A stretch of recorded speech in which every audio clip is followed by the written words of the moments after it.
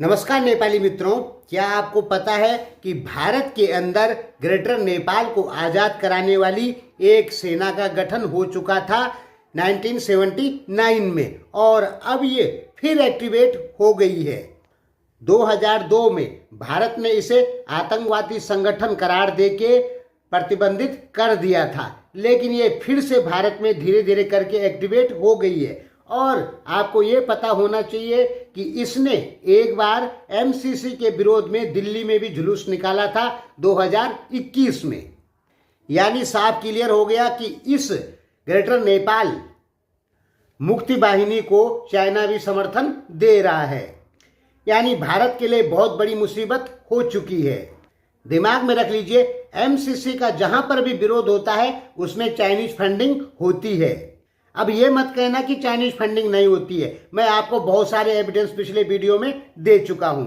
नेपाल में एमसीसी का विरोध नेपाली लोग नहीं बल्कि चाइना है। चाइना की फंडिंग की वजह से नेपाली मीडिया ने झूठ फैलाया कि एमसीसी नेपाल को बर्बाद कर देगा। इस कारण एमसीसी के विरोध में नेपाल में 1000, 2000, 4000 वीडियो बने और तब नेपालियों का ब्रेन वॉश हुआ। तब उन्हें लगा कि एमसीसी नेपाल के लिए नुकसानदायक है। अब नुकसानदायक है या फायदेमंद है, इसको छोड़ दीजिए, ठीक है, ये अलग टॉपिक है। लेकिन एमसीसी का विरोध नेपाल में चाइना ने ही करवाया था। तो एमसीसी के विरोध में दिल्ली में भी जुलूस निकाला था इस नेपाली संगठन ने। पहले जानिए क्या है ये नेपाली संगठन। देखिए, 1768 से लेके और 1815 तक नेपाल एकीकरण का अभियान चला था। यानी 50 साल नेपाल एकीकरण हुआ, जिसमें 40 साल सिक्किम नेपाल के अंडर में रहा, 25 साल कुमाऊं नेपाल के अंडर में रहा और वही 13 साल लगभग गढ़वाल नेपाल के अंडर में रहा और 3 साल कांगड़ा नेपाल के अंडर में रहा। इसी जगह को नेपाली लोग ग्रेटर नेपाल कहते हैं। तो ये अवधारणा जो थी नेपाल में खत्म हो चुकी थी। लेकिन 1976 में नेपाल में बैठे कुछ क्रिश्चियन एनजीओज ने या भारत में बैठे कुछ क्रिश्चियन एनजीओज ने क्या किया कि नेपालियों के दिमाग में दोबारा से ये बातें डालना चालू कर दी और गोरखा पत्र में या रेडियो में इसके बारे में बताया जाने लग गया कि नेपाल को दोबारा से सिक्किम, गढ़वाल, कुमाऊं को कब्जा करना है। और धीरे धीरे करके नेपालियों के दिमाग में ग्रेटर नेपाल की बात फिर से आ गई। इसी बीच 1979 यानी 1979-80 के दौरान भारत में अखिल भारतीय नेपाल एकता समाज का गठन होता है बनारस में, जिसका काम था नेपालियों को एक करना। तो इसने धीरे धीरे करके नेपालियों को एक किया और ग्रेटर नेपाल की बातें उनको बताई कि ग्रेटर नेपाल के लिए फंडिंग कीजिए। ये मत सोचना कि ग्रेटर नेपाल के बारे में जो लोग नेपाल में हैं वही सोचते। भारत में बैठे नेपाली लोग भी ग्रेटर नेपाल के बारे में सोचते हैं। ये पता ऐसे लगा क्योंकि गढ़वाल में भी बहुत सारे नेपाली लोग सब्जी आदि की खेती करते हैं और पैसा कमाते हैं, फिर नेपाल चले जाते हैं। उनके दिमाग में भी यही ग्रेटर नेपाल वाली बात बैठी हुई है। मैंने खुद उनके मुंह से सुना है। यानी भारत में जो नेपाली लोग रहते हैं वो भी ग्रेटर नेपाल का समर्थन करते हैं। ग्रेटर नेपाल की बात किसने डाली इनके दिमाग में? अखिल भारतीय नेपाल एकता समाज ने।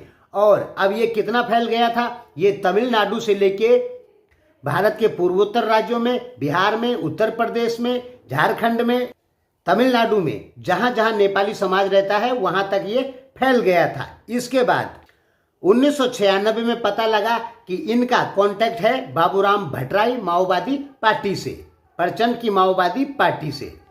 क्योंकि बाबूराम भट्टराई गए थे जवाहरलाल यूनिवर्सिटी में डिग्री लेने के लिए। ये जवाहरलाल यूनिवर्सिटी कौन सी है? Jawaharlal Nehru university, JNU. यह है एक भारत विरोधी कॉलेज है जहां पे भारत तेरे टुकड़े होंगे नारे लगते हैं। भारत इस संगठन का इसलिए कुछ नहीं कर सकता, इस स्कूल का, विश्वविद्यालय का, क्योंकि अभिव्यक्ति की आज़ादी के तहत इस पे कानूनी कार्रवाई नहीं हो सकती है। यहाँ पे जो भी लोग तैयार होते हैं, पढ़ते हैं, वो भारत विरोधी होते हैं। तो अखिल भारतीय नेपाल एकता समाज, बाबूराम भट्टराई, सब ने यहाँ पे पढ़ाई की और इनका मुख्य काम था भारत विरोध और ग्रेटर नेपाल को बनाना, माओवाद को जन्म देना। नेपाल के लोग जो ये कहते हैं कि भारत ने माओवादियों को पाला, तो नेपाल के लोग समझते नहीं है। देखिए, भारत में माओवादियों को जिसने पाला वो है जवाहरलाल यूनिवर्सिटी में रहने वाले लोग, भारत के नक्सली लोग। ये लोगों का कांटेक्ट कहां से है? ये लोगों का कांटेक्ट है आईएसआई से, पाकिस्तान की आईएसआई से, खुफिया एजेंसी जो है पाकिस्तान की, उससे। कैसे पता लगा कि उससे नेपाली माओवादियों का कांटेक्ट है? क्योंकि समुद्र के रास्ते से बहुत सारे हथियार आते थे पाकिस्तान से, मुंबई बंदरगाह पे, गुजरात बंदरगाह पे, वहां पे पकड़े जाते थे अखिल भारतीय नेपाल एकता समाज के लोग, जो कि नेपाली होते थे। जब भी भारत सरकार, अटल बिहारी वाजपेयी सरकार ने माओवादियों को पकड़ा, तब भी अखिल भारतीय नेपाली समाज एकता के लोगों ने भारत में जुलूस निकाला। 1998, 99, सन 2002, 2004 तक क्या होता था? भारत की और नेपाली राजा की अच्छी बनती थी, बीजेपी और नेपाली राजा की अच्छी बनती थी, इसलिए बीजेपी हमेशा नेपाली राजा को हथियार देती थी माओवादियों के खिलाफ लड़ने के लिए। और भारत में भी बीजेपी ने बहुत सारी जगहों पे नक्सलवादी और कुछ नेपाली माओवादियों को पकड़ा और जेल में डाला। लेकिन इनके विरोध में सड़कों पे जुलूस कौन निकालता था? अखिल भारतीय नेपाल एकता समाज। क्यों निकालता था? क्योंकि इनके पीछे फंडिंग होती थी पाकिस्तान की क्रिश्चियन एनजीओज की। देखिए, प्रचंड को, बाबूराम भट्टराय को भारत ने नहीं पाला। ये जरूर मान सकता हूं कि इनका पालन पोषण भारत में हुआ। किसने किया? कुछ क्रिश्चियन एनजीओज ने किया, कुछ पाकिस्तान की आईएसआई ने किया, जो भारत के टुकड़े करना चाहती। माओवादियों को तो साफ क्लियर है कि ये भारत विरोधी हैं और इन्होंने सारे काम भारत विरोधी ही किए। नेपाल में जो भारतीय इंडस्ट्री थी उसमें उसको तबाह कर दिया इन्होंने। यानी माओवादियों के सारे काम भारत विरोधी ही हुए हैं। इनको पालने वाला कौन? क्रिश्चियन एनजीओ, पाकिस्तान की आईएसआई और अमेरिका का भी लोग हाथ बताते हैं।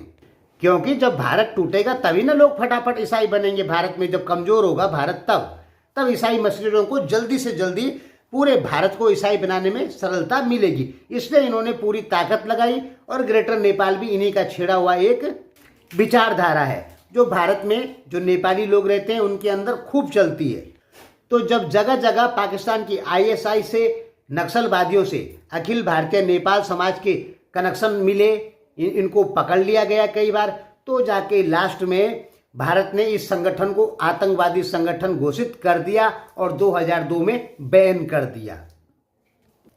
फिर अभी कुछ साल पहले इस संगठन के लोगों ने कहा, 8 या 10 साल पहले, 2010, 11, 12 में, कि अब हमारे द्वारा वैसे काम नहीं किए जाएंगे, अब हम केवल नेपालियों को जोड़ने में मदद करेंगे, बात खत्म, नेपालियों के अधिकार की बात करेंगे। अब फिर ये संगठन जो है अखिल भारतीय नेपाल एकता समाज फिर से एक्टिवेट हो गया है। लेकिन इसकी विचारधारा बिल्कुल नहीं बदली। विचारधारा इसकी वही की वही है। पहले अखिल भारतीय नेपाल एकता समाज को क्रिश्चियन एनजीओ का समर्थन था, अब इसको एनजीओ का समर्थन है, मुस्लिम संगठनों का समर्थन है और चीन का भी समर्थन है। और ये भारत के कई राज्यों में फैल चुका है नेपाली एकता के बहाने। अभी भारत में केवल कुछ मुस्लिम लोगों को ही आतंकवादी कहा जाता है, लेकिन आने वाले 5-7 साल में भारत में नेपालियों को भी आतंकवादी कहा जाएगा। गारंटी, हमारी नज़र बहुत दूर तक है। क्योंकि जितना ग्रेटर नेपाल का मुद्दा विचारधारा फैलेगी, उतना नेपाली भारत की नज़र में आतंकवादी साबित होंगे। स्वाभाविक है दोस्तों, यदि आप किसी देश को तोड़ना चाहते हैं, उसके भूभाग पे कब्जा करना चाहते हैं, तो वो देश आपको आतंकवादी ही बताएगा।